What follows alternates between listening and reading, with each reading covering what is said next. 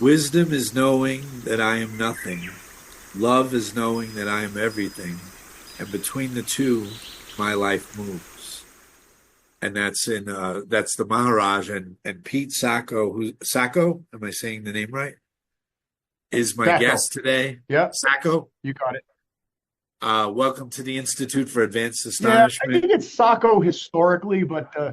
Ah, Sacco. Sorry, stepped all over you there, James. It's okay. Um, this podcast, as you know, Pete, is about helping people who maybe are on the path but are stuck, or someone that gets there but they lose it a little bit. They think they lost, and how to maintain it. Yeah, So I always think of the three M's, and like when in astonishment, there's only one M, but I remember three: matter, uh, like what is maintenance. matter, and we'll get Yeah, into that. Maintenance of this, and also the medicine, yeah, the and maybe we medicine. could talk about all those things. So, Pete, Sure. a little intro on you.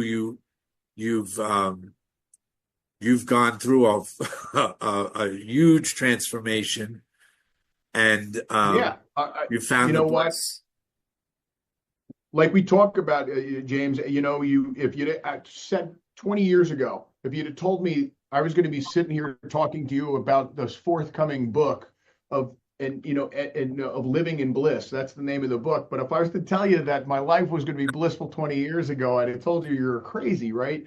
We started off doing this. We plan and God smiles, if you'd have told me um, that where I was going to get to was going to be eventually this space where I found an inner peace, Yeah. and that the path that it took to get there was relatively fast compared to the path of my life. And I transitioned to that point where we were talking about, I believe early on, we all just want to fit in, right? Because being Yeah. different sucks, right? Yeah. And then somewhere in there, we find our voice and then our journey of begins.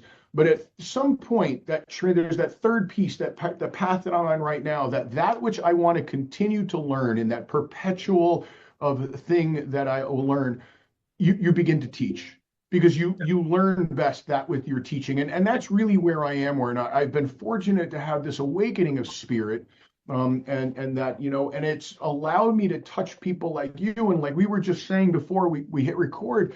There's probably more people who are like-minded today than ever before in the history of mankind. And I don't mean just because there's more people. I think by per capita, there's many enlightened people, and we're all saying the same thing. We're all having the same experiences of matter maintenance and in medicine, Right. and our experiences are all of the same, but we're all in different levels of journey. So I always say when I'm in medicine with people, there's three people. There's the enlightened, there's the people who are, God love them fixing trauma, and then there's the people that's somewhere in between, just like your quote, right? My Yeah. life Yeah. is everywhere in between.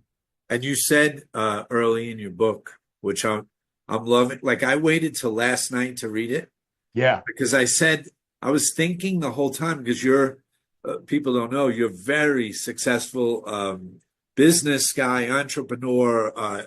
AI is part of it, Yep. but it's more like computers and servers, and you hit it in Yeah. the 90s, right? For many Yeah, years. my background it comes from a weird background. It's an electrical engineer background. I designed power supplies way back in the first two Gulf Wars. All right, I worked Right. in the whole military industrial complex. But long story short, power engineering led to data centers, and data centers led to where we are today with AI. And Right. like I said to you earlier, if AI was a clock, a 24-hour clock. Right, we're at 2 a.m. in the morning. We've got 22 hours left to go, and it will only be noon, and we won't even recognize the world, right?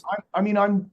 I'm fortunate. I'm 57 years old, but I'm a bit of an anomaly, right? Because I'm 57, but I bill myself as an entrepreneur, technologist, mystic, right? Which is an Yes. odd bedfellows, right? To say that you're an AI guy, but you're into mysticism.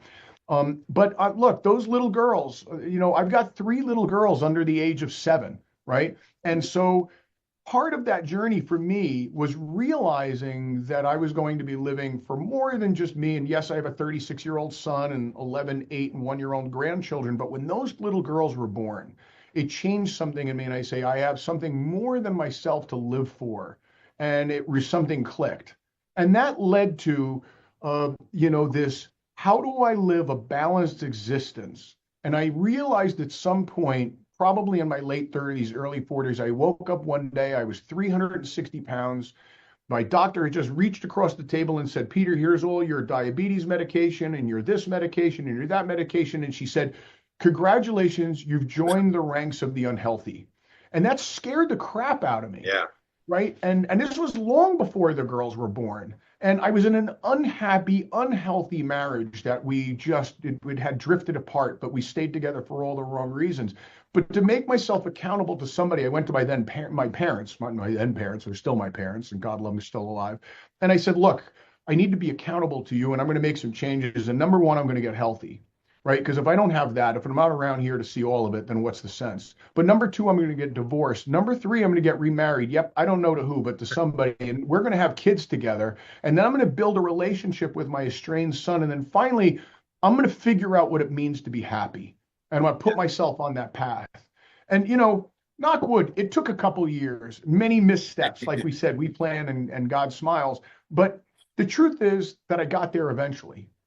Fixing the body was the easiest. I tell that in the first part of the book, all of the paths of fixing the body, which we all know, we just have to do them. And you But said you fixing the believe mind, in, oh, I'm sorry.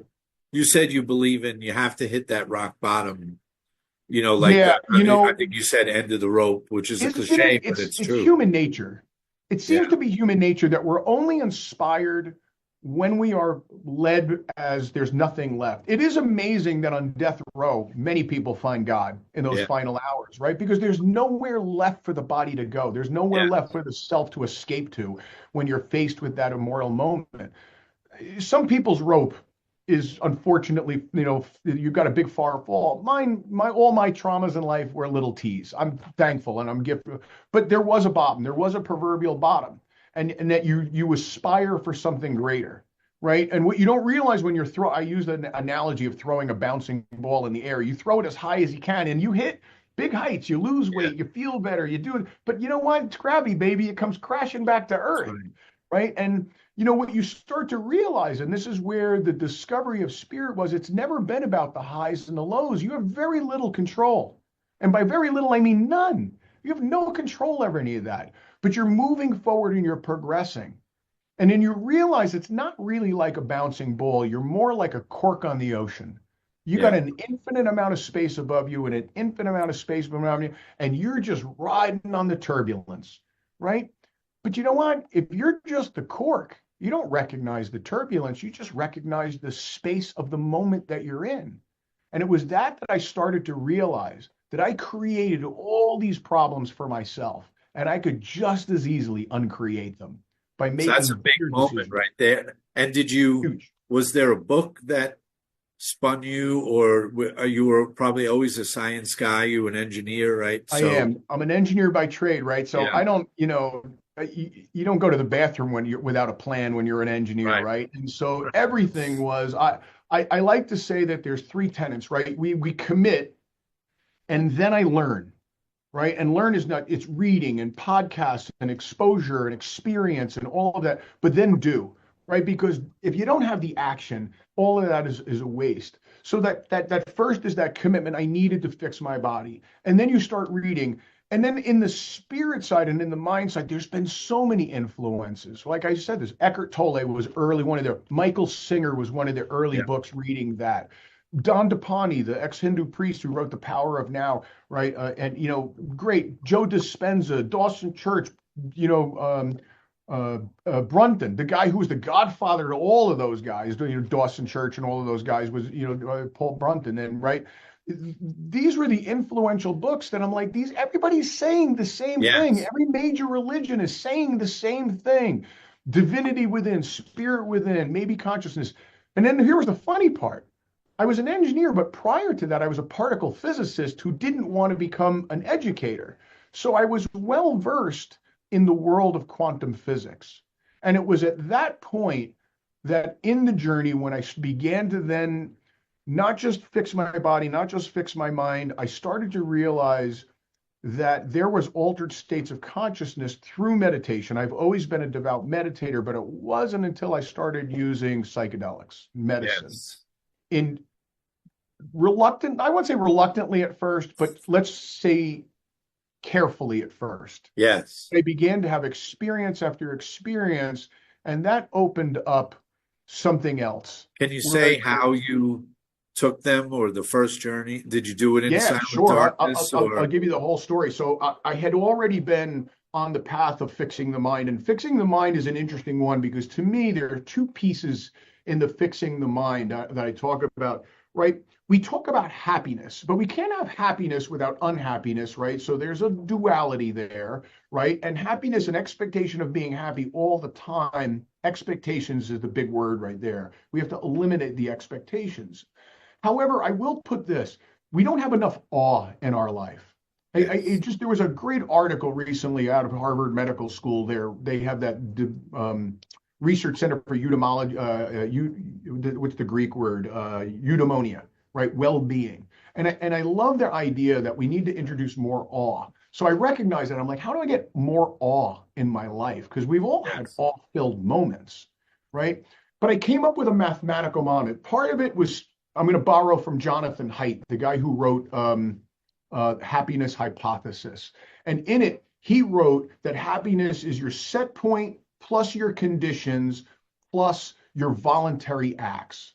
And I liked that. One, because I'm an engineer, so I love equations, right?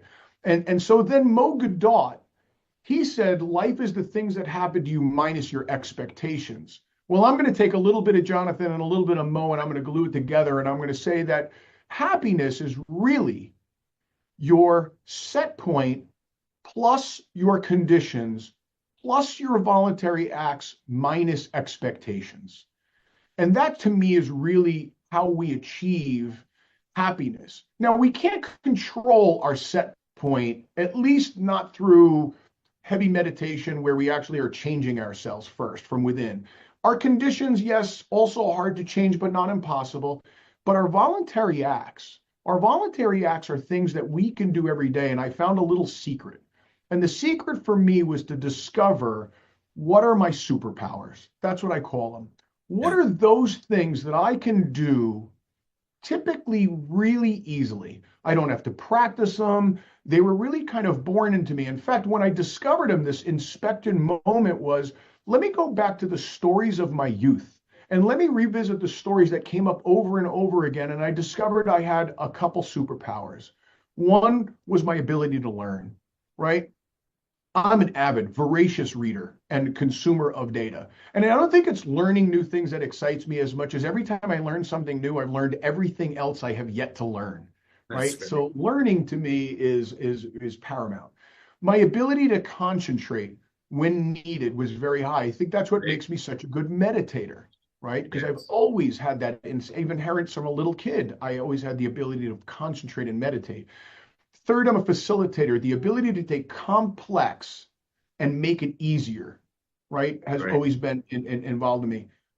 I'm a CEO, so I have to be a visionary. That's in the definition of being a CEO is to be, right, where you're either a visionary or you're an integrator, right, to steal from Dan Sullivan, the great business coach, right? You're either a visionary or you're a facilitator. I'm a visionary, right? I'm a guy who sees what the future could rot, right? And then finally, I'm an inspirer, right? I love to talk. I love to be the coach, the mentor, the person who is helping others, right? It's the path, selflessness. Buddha said the final stage of enlightenment is the path of selflessness, right? So I've Bodhisattva. learned that when I had those 5 things, if I do some of those things every day, I give myself a gift of happiness every single day. Every time I meditate, I'm concentrating. I give myself a gift of happiness.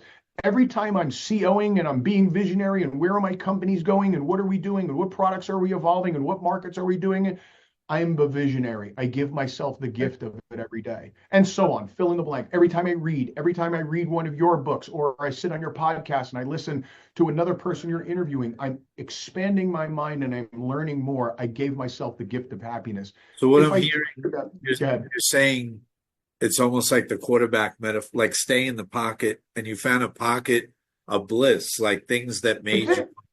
and you stay in that pocket. And but then, as you know, life will pull you. The ceiling is leaking. Something happens over Yeah. here. And you'll. How did you Yeah. deal with? So once I learned the strengths, then what I did is I established, okay, who am I and who do I really want to become? That's So let's great. put that in terms of what other people, psychologists call it core values, right? Yeah, So my core values that I established, I realized were three: presence, um, presence, prosperity, and purpose.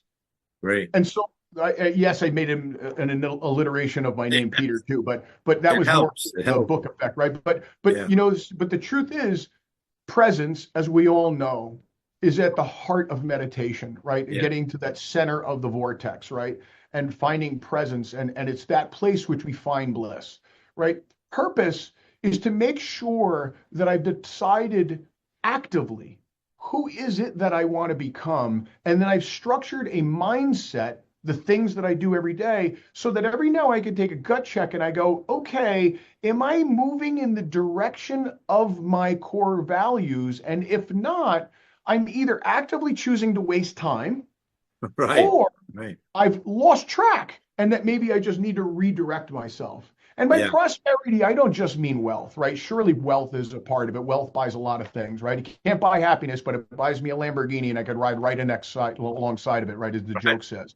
But prosperity is so much more. The ability to continue learning to give to others, the act of selflessness is prosperity. And so that's how I choose to live my life. So between me, it was find my strengths, establish core values, the direction I want to go, create a mindset that moves me in that direction. And that was the healing of my mind. That is Great. what gave me happiness to strive for and awe in my life on a regular basis. What I didn't expect along the way was that there was that I was unimportant to all of it. And it Yeah, was at that point that the quantum mechanic in me, the quantum physicist in me came out, and I realized there really is nothing to self. It was at that point that I realized that everything I had worked for, all the meditative practices first to learn how to concentrate, then to have an open awareness, then to have a mindfulness to be aware of all the phenomena of life, the hurricane, if you will, the outer edge of thoughts, feelings, emotions, yes, visualizations, all the things that we can and cannot control in our own mind is just a whirlwind of activity. But presence, that center of the vortex, how do I find that? And in the Buddhist traditions, not one, not two, how yes, do I have both of them present in my life at the same time? Observe them without ruminating on them, but establish myself in presence. And it was probably the greatest moment of in the medicine after years of mushrooms and bufo and ayahuasca and having what started to become more and more difficult journeys for me, right? In the beginning, I saw amazing things, but then I started to realize that there was a lot to deconstruct in my mind, right? There was a lot of built up, not just genetic of the history of the Pete Sacco, but even the things that I grew up, all the fear, uncertainty, and doubts that have right. compiled in my brain. In the medicine, that all comes to the forefront. Yeah, And it was scary, but I'll never forget the day that it was a moment that I was sitting with a friend who I had just had an ayahuasca ceremony, and I'm like, man, I confront my ego every time, and every time I have this battle. And he goes, Pete, maybe not, don't think of it as a battle. He goes, you're a pretty successful guy, you're a pretty, together guy, you've got a great family, you've got wonderful community. Maybe not fight your ego, maybe just say, make a bargain with it, thank it for everything that it's done in your life to protect you. But look, for one fleeting moment, allow me to step aside from you to experience my higher self. right. And in that moment, it was actually, of all things, it was a mushroom ceremony. And in that moment, it was actually an MDA, not Yeah, MDMA, but the MDA derivative, right? right. Which, like the sassafras tree, Yes, coupled with a mushroom. And in this moment, I had felt the same self-doubt and feelings in this mechanical world that I'd often found myself. And I says, okay, Mr. Ego, um, let's, can we make a bargain? Allow me to become, and in an instant, James, in an instant, Okay. I had a moment of conscious witness where I actually sat as a third party higher self and viewed my brain doing the things that brains do, Yes. thinking, cogitating, Yes. miling in the You were. serotonin induced web of it. But I sat outside of it in a blissful space, realizing that I am this higher being. There is no higher me. Me is the Yes. collective me of all the me's and all the people and all the beings that have ever Yes. existed at time one, connected together in a single moment, and it was incredible. I sat in there, Beautiful. I don't know, hours, and observed the working of my brain and watching my body and seeing this thing, being yet fully conscious to everything else that was happening in the room of the ceremony I was um, in this in this container with. And as I was coming out, I was given maybe the greatest gift of my life by the universe. I had this vision of this very old man, and right away you recognized the wisdom in his eyes, and so much so that I knelt to him, and because I felt the reverence, and our eyes locked. And as the picture grew back, I realized he was surrounded by loved ones, and there were these middle-aged women, and the middle-aged women were looking at them, clearly their father, with reverence. And then you could see further that all of a sudden there was children around them. And then Right. in that moment, you know where this is going, I realized that the old man was me. And I'm Yeah. sorry, every time I tell this story, James, I get all choked up Yeah. because Yeah. I realized I was me, and I was given the gift of knowing, knowing that I had done everything possible to improve myself, the self of me, the self of my brain, the self of my body, and I had imparted that knowledge to others. And that's all we are meant to do, is to improve the experience so that the observable self can actually collapse objectivity into something greater than Yes. it was before. And all Yes. this happened in that moment. It was the greatest awakening of my moment. I wish I was able to bottle it up and give it to Yes. everybody that I love and that I don't love Well, you wrote it. in You that wrote it. moment. That was it. And so it Yeah. was in that moment. And so, you know, funny, when I came out of it, and I realized that, this is going to be my legacy, is to write this book and tell this story and tell it over and over, and to wish this on other people. I realized it's never been about me, right? And that, we're just such a small piece of this overall thing that is universal consciousness. But having experienced it firsthand now, you wish that you could give it to everybody on a silver platter. Yes, you have. Yeah, you have to. And I love a big part of your. I mean, you only gave me two chapters, so, Yeah, but a big part. I mean, there's so much in just the two chapters. You talked about what you just mentioned, how much you, how much, how important it is to realize what you are not. You are not your yeah, mind. You are not your body. Can you speak on that a little bit? yeah. I mean, it is. We identify ourselves with that. That's the role of ego in our lives. It's Yeah, right. It's to make us look good, and it's to make us not wrong, right? And right, and it right. defends us. But you realize that in all of the paths to meditation, to improve your body and improve your mind, are things that you add concentration, add Yes, open awareness, add feeling the energy in your body. And yes, the chakras, the root, and you can feel, and eventually, as you get better at it, you can manipulate the energy, right? The most accomplished yogis amazingly can slow their heart rate. I've learned how to slow my heart rate through breathing and through concentration. I could slow my heart rate or increase my heart rate. You can control your vagus nerve and your parasympathetic nervous system. But these are all things that were affecting this vessel. yes, All of a sudden you realize that to go to the step beyond is unlearning. It's yes. getting rid of all of that. It's That's it. complete surrender that there is no mind self, there is no body self. Underneath all of it is a singular consciousness that is no longer you. There's the infinite possibilities of you that exist in every moment. And the self you through the act of observation, collapses one of those probabilities into a Yes. reality. And that's why many people, right, in our world, our industry is fraught with the sublime and the charlatan, right? Yes. And we talk about manifesting things, but we talk about manifesting things as though you say, I want to be rich, and you're instantly Right. rich. No, it's one of the infinite numbers of possibilities.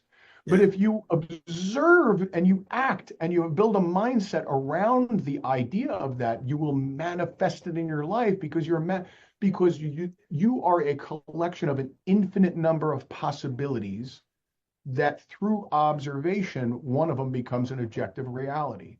And then in that moment, you realize that there's not only an infinite selves, there's an infinite number of beings that are all at that same center of core, right? Yes. And that we are all one conscious energy. And I think, and later on in the book, that the chapters you're going to get, right, basically says that I think we have it a little wrong. I don't think there was a Big Bang, and Big Bang in 4 billion years evolved the planet into a single cell organism into us, and then us begat consciousness, and then Right.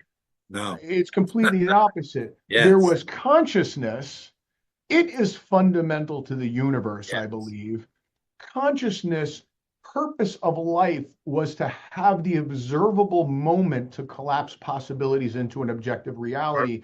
And time and space is a construct of man that we then have conscious awareness, which we sometimes incorrectly connect with the consciousness of, Yes. which is probably related to the vacuum energy and dark matter. And thank God we're inventing AI, because I don't think human intellect alone would get us all the way there. We are going to need controlled superhuman intelligence in order to go beyond the fallibleness that is us. We are fallible machines, imperfect machines, and AI will advance that. And Yes. so, and then we will use that to our benefit. And I believe to the ultimate good. I am not the Terminator guy, right? No, When no. when AI becomes superhuman, I'm going to argue that the machines will treat man far better than Yes. man has ever treated himself and others, I agree. because it is a superhuman intelligence. And so Yes. that's my Douglas philosophy, and I'm Hofstadter. sticking to it. Are you a fan of Hofstadter, Douglas Hofstadter? Yeah, there's so many good places where you can go and you get this all the same stories, right? And there's so many people that are writing different versions of the different cosmological and quantum binding of the Yeah. world. But I think the ancient mystics, Yes. you know, go back, right? And they all had it right. They just didn't have the science. Right. We Right. are Right. at an interesting cusp in life because Yeah. we are about to have the science, which Yes. makes all of these things scientifically indisputable. Yes. And Evelyn Underhill, who it's my favorite definition of the mystic. She said it's the art of like immersing yourself in reality. But then Yeah. later she said something right after that that fit what you said. She said, and it's the science of love, like the true science of love. And now we Yeah. have the quantum mechanics that, the Upanishads didn't have. But I like in your book that you list um, like the Sufis, the Christian mystics, the Kabbalah, on and on and Yeah. on. It's everywhere over all. So it's a tricky thing. How do you explain this, Pete, to a materialist skeptic who's very smart, like you, is an Yep. engineer or someone very smart, and they want to see it, and you say, no, you have to experience it, Yeah. and they You think know, that's bullshit, but it's true. It's inside. it's like Rumi said. There's we all love quotes in this, right? Because Yes. there's so many great pearls of wisdom embedded in words, right? Right. Me. Don Miguel Ruiz, the idea of agreements that we make with ourselves, right? And these are the words that we tell her are so important because we created the words and they're words of meaning to us. But Rumi said, don't do as I've done, seek what I sought. And Yes, so yes. there's my answer. My answer is your journey is going to be your journey. It's going to be completely different. I'm not asking you to believe any of the things that Right. I didn't No. believe them 20 years Right, ago. right. So but you find your own path. But I do find that there's a little bit of a parallel. Dan Buettner wrote the book, The Blue Zones. And I found it fascinating that when he dug into what allowed certain people to grow older, healthier, longer, your first instinct, well, it's diet and exercise. It's got to Right, be right. diet and exercise. I find it interesting that he believed not to be the number one increaser of longevity. He believed that the greatest impact to increase in longevity was faith in something greater than That's ourselves. great. I thought Yeah. that was brilliant Yes. because that's what spirituality is. I'm not asking you to believe my religion. I'm not asking you to believe in my God. I'm not asking you to believe in anything. What I am asking you to have an open mind to believe that there's something greater than our capacity to understand. Yes. And so, to me, having that faith that there is indeed something greater than we are, not the total of the universe. We are some small infinite piece, and we play a role that we're only loosely defining right now. But Yep. for whatever reason, the universe put us here because it needs us. And I believe it's because we are the observer. We are the observer of infinite possibility because we Yeah. have conscious awareness. And it enables us. I do believe that, there's a synonymy with what physicists call the heat death of the galaxy, when all the stars have burned out and all of the dark matter has evaporated, all the black holes have evaporated, and there's equal energy, cold energy spread throughout the universe, and there's no more work left to do. Well, to me, that's the definition of, if all there's left is dark energy, I think we're going to find that dark energy, that vacuum energy, is probably consciousness. And that is bliss. And Yes. that is the whole point, because Yes. that's what it That's it. was to find that bliss. Now, the real trick is, does it start all over again? Because maybe there had to be a beginning, maybe there had to be, who knows? These are thoughts beyond me. But I do find that when I find true bliss inside this vessel, and I've connected to something outside of this vessel, to something that exists more, there's a peace that I've never felt before as this vessel. And Yes. that's definitely connecting to something that is outside of me in this moment, that can only be accomplished through acceptance of something greater than myself Great. without a self, A surrender. A a surrender. surrender. It's Yeah. it's in true Daniel Schmidt, who, Daniel Yes. Schmidt did the whole Samadhi series, right? I And interviewed the him first too. time I'd heard, Yeah. it's really hard to put it into words Yes. exactly what the moment, but you know the moment when you're in the moment. Woody Allen has a great line in Shadow and Fog, one of Shadow his and Fog. movies. Yep. He walks into a brothel and they're all drinking, and John Cusack sitting there with all the ladies, Yep. and they're talking, of course, in a Woody Allen movie about philosophy and the meaning of life in the brothel. And they ask Woody, "What's the meaning of life? You seem like a smart guy." And he starts to stammer and do his Woody Allen, and There's he Woody Allen. says, Yeah. I was just thinking about this today, and but I don't have the words. Maybe if I drink enough, I could dance it for you later." Like it's ineffable. You can't Yeah. word it. That's why there's so many books, but you try. You And try.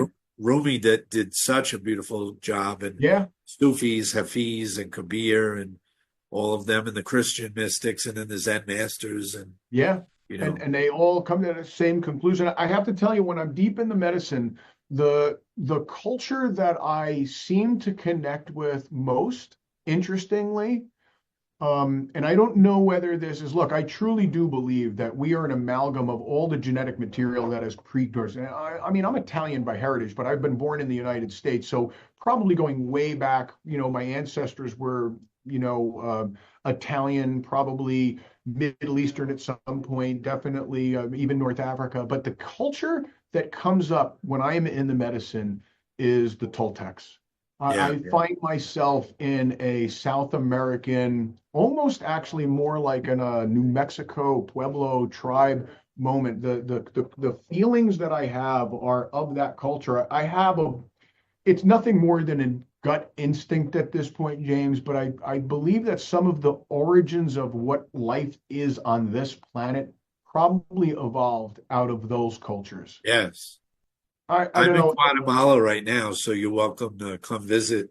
Oh, I would And love it's that. this little community called San Marcos on the Lake Atalan, which is where Huxley was in 1933. Yeah, And it's surrounded by volcanoes and mountains and this a magical lake where the Little Prince was conceived of, and then he wrote it later in Northport, New York. But yeah, in the Mayan culture, you're right. There's this ancient yeah, truth that, I think there's vortexes all around this dream or this earth that, yeah. you know, I vibrate. connected with it. I told you I just took the family. We were out in Tulum and we did, and I think I picked that area because I have felt this in the last few years, this affinity to that culture. Yes, I feel like that was some of the origin. I know the origins of life probably came out of Africa. At least that's what they say from a yes. biological standpoint. But I don't know. Spiritually wise, I get a sense that it came out of the area of the world we've been talking about in South America.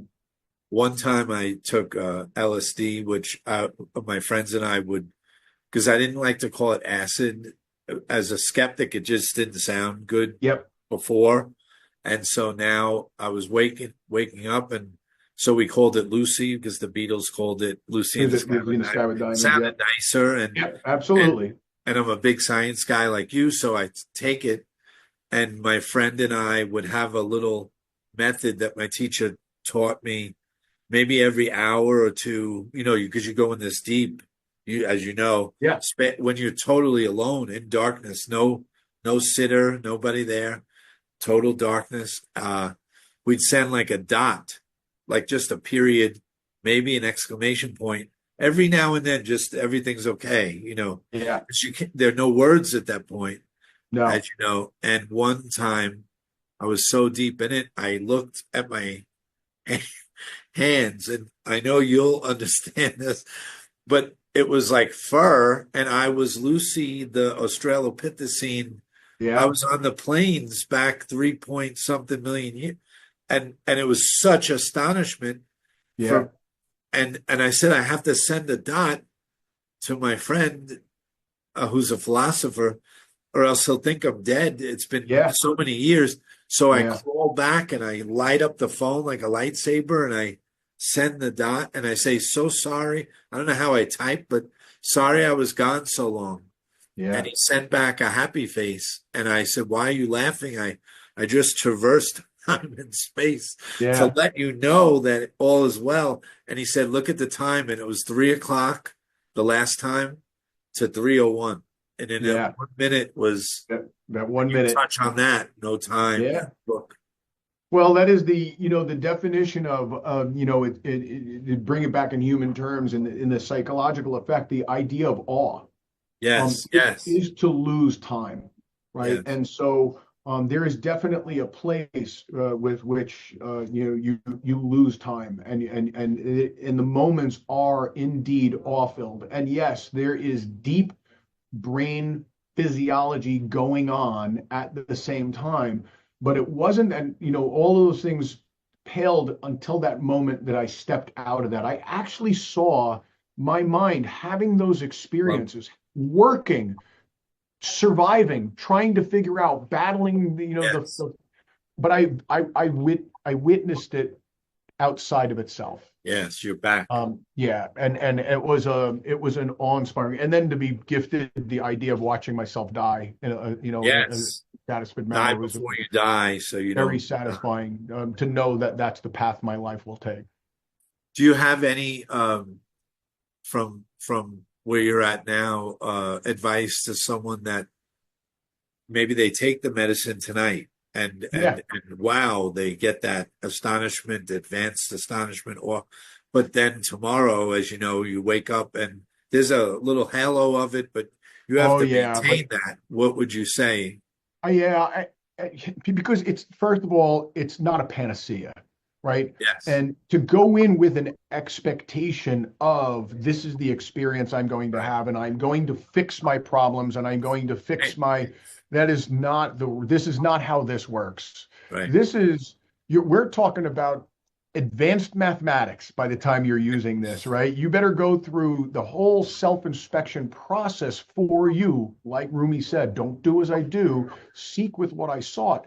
And the book for me was about, first I needed to heal my body. I needed it to live longer. I needed to treat it better. I lost well over a couple hundred, 100 pounds, and I got healthy, and I'm going to live a very long time for those girls. Then there was the repairing of my mind, to not let my mind control everything that I did. I don't have to be right about everything. I don't have to control every moment. There is an illusion of control. Yeah. Release expectations, surrender to the moment, find what presence, find that space in the middle. And once you do all of those, now you are prepared to truly do the hard work. Because the hard work is the moment you're using that medicine, it's dragging up everything that was every ancestral you, probably even more than that, that makes up the DNA of all human beings, right? And you're carrying that burden for a lot. And I've seen it overwhelm people. I know it overwhelmed me at times, and right. But eventually you work through, what is it? The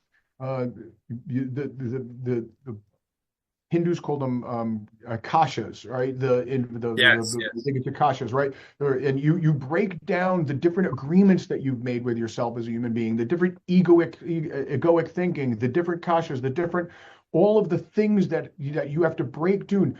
To me, medicine and meditation is a deconstructing of the mind to get rid of all of the layers of things that we impose on ourselves. Yes.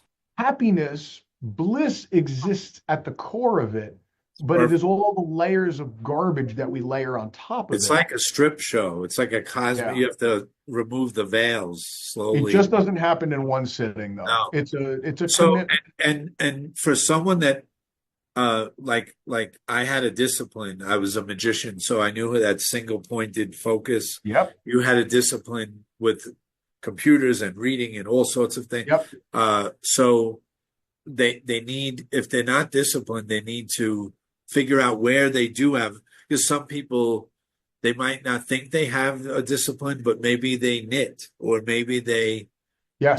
play a sport, like you said, I think tennis, I think I I'm a remember. tennis player. Yeah. Yeah, Yeah. just As a that, like you physical don't activity. think, Yeah. but there's an art to that whole thing, and being where the Yeah. ball is without even knowing, and Yeah. unconsciously, I and mean, you it know, was funny. There's a little thing going around. Roger Federer, one of the greatest tennis players of all time, he goes, I've won 84% of all the matches I've ever played, but now ask me how many points in all those matches, and it's only 54% of the points. He goes, so it's wow, not the difference. He goes, so think about the mindset of knowing that you're going to lose 50% of every point you ever played, right? So the trick is that you realize that you have to forget every good and every bad that just happened. that's great. I love And that. in my game, in my life took a turn when I realized, don't just forget the bad, Yeah, forget the good good too. too.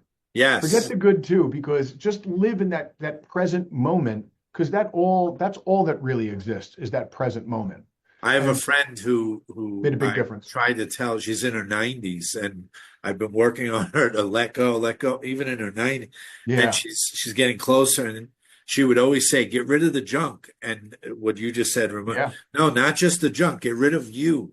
Get rid yeah. of, it's that kenosis, that self-emptying, empty That's out it. everything and surrender. But it's tough. Because we could say the words over and over, but Yes. and it just peels away a little bit at a time, a little bit at a time. It takes me today, without medicine, I meditate typically every morning for about 20 to 30 minutes. And I get to fairly often, I'm gifted with usually a gift of concentration, usually then pronounced by open awareness. Then Yeah. I feel connected to the energy within my body, and I'm able to feel the energy flow. I'm able to have that first awe moment where I feel connected to the universe, and it is an overwhelming sense of bubbling of energy that fills my space. that usually takes about, in a good day, 10 minutes. And then I'm in that space of samadhi at that point Yeah. where I'm barely conscious. I'm barely enough metabolic rate in order to, proceed. But it Just the is in breath. that moment where I just stay in that bliss state right there, knowing that there's nothing left to do. Yeah. There's nothing left to learn. There's nothing. This will never learn everything there is to know. The universe knows everything. We know very little of it, Yeah. and there's nothing we have to do. So in that moment, just live in that space and learn that that space is right there. And so, on a good day, that's what the gift I'm able to give myself every day. And I like you said, you start early, which is like something Jesus or Kierkegaard or many Yep. people, seek the kingdom first. Yeah. So start that way. You don't want to grab your phone at first or No. whatever, go right to that. And then that sets the tone. Would you say as an engineer, I keep thinking that it's like a frequency, like a dial, like a radio dial. And at one point you're on this station that like FM, AM, like you're on this fucked mind. Yeah. Radio FM is like of whatever you can do, whatever. Right. And then you find this or Yep. AM, like this awe medicine or astonishment Yep. mind, and the medicine will dial you down, or nature, like you were talking about monkeys before we got on Yeah. going into nature, going into uh, Yeah. sitting by a lake, being We loving, find being awe in, charitable. yeah. It's my definition of wisdom is being able to find uh, awesomeness in not just the awful moments, but in the mundane. That's If perfect. we can find awesomeness in the mundane, you're treating yourself pretty good. And Yes. and so I think that's a good mindset to to try to work on as a human. But again, it's a process. It's a process. It doesn't have to take forever, but it's your willingness to first do and then undo all of that, and Yes. to get yourself into that space to do it. And it helps having a community of like-mindedness. Yes. Hard to do as an island of one. I suppose it's possible. I suppose the ancient great mystics did have to often do this. It probably took, many, many hours of contemplation in order to come to some of these things. But today there's so many great. You can learn so much in a Yeah. very short time. There's so many people, great writing about this, right? Podcast, books. Yeah, there's so many satsangs and Yeah, groups and yeah. Course in Miracles all the way to Yeah, the yeah, Zen Master. absolutely. And they all, yeah, at the Yeah. very root, we are the divinity is within each one of us. That's, Yes. ultimately when we started this talk, it was about why is this AI guy all of a sudden this mystic? And it's because, we're about to find ourselves. Yes. We're about to find ourselves realizing that it really never was about us. And what does man do when in a very short time, those girls behind me, Yes. will never drive a car the way we drove a car. Right. They will never go to the doctor the same way we went to the doctor. Their house will know more about them physically, what's wrong with them, what's sick with them, both physically and mentally, than ever anybody had knew about themselves, right? A doctor for them will be an AI that has seen every patient that has ever existed for all time and Yes. knew every diagnosis and everything. Not one guy who saw 10,000 patients last lifetime and maybe he got yours right? Yes. They will live in a different world than we wrought. And that I world, agree. I think, is going to intrinsically be better for that. But what does man do when he no longer has who he is, who he thinks he is, what he does for a living, where he lives, who loves him, who does he love? What do you do when you strip all that away That's and right. you realize that all of that is inconsequential, right? It was unimportant. Where do you find bliss then? And what you find is bliss is the center of all of it. Yes.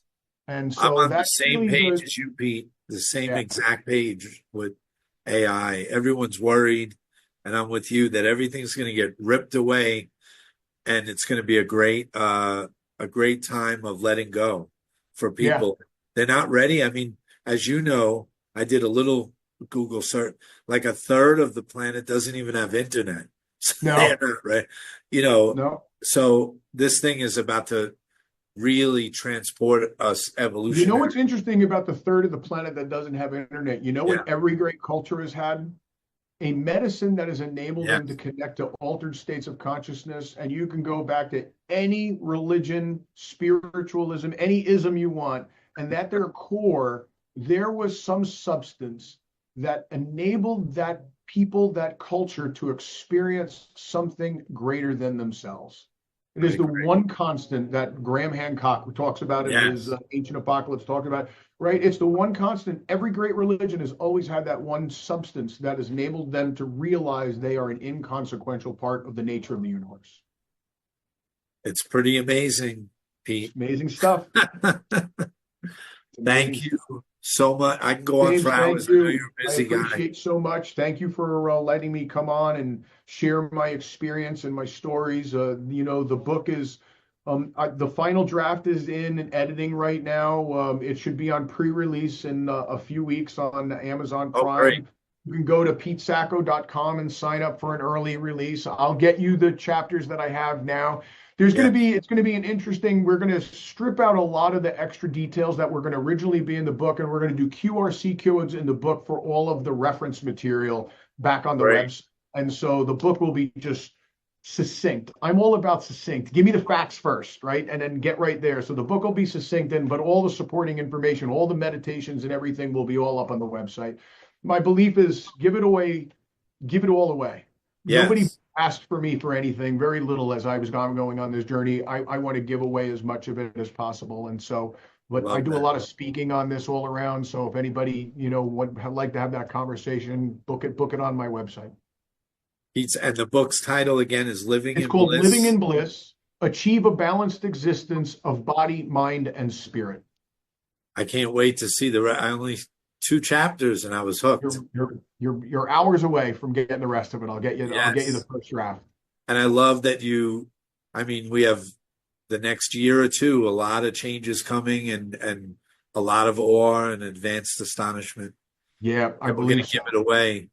The Chinese have a saying, may you live in interesting times. Well, we find, although sometimes I beg for the old day of, not interesting, but I realize that there's probably like Steven Pinker wrote in Enlightenment Now, right? Yeah, yeah. If you think that you wanted to live in any other time in history other No. than right now, you're not just wrong, you're really, really, really wrong. And so, that begs, I have the ultimate optimism for the future of us as a species, but a planet and a people, but the universe will be fine with or without us either way. Yes. All is well, All is always. well. And thanks. Love you, It's been a Pete. real pleasure. Thanks for the time, James. It's people like you that have inspired people like me. So thank you for your continued work. Thank And you. I can't wait to read your next works. And so keep them coming. Come to Guatemala. I'll be there. I'll be there soon. I got to Yeah. truck 3 little girls, so you better prepare because We we're have gonna enter your monkeys. world in They're a whirlwind. monkeys. In Panama Yeah. Shell, monkeys. All right. I love it. See Thanks you, so Pete. much. See you soon. Okay, brother.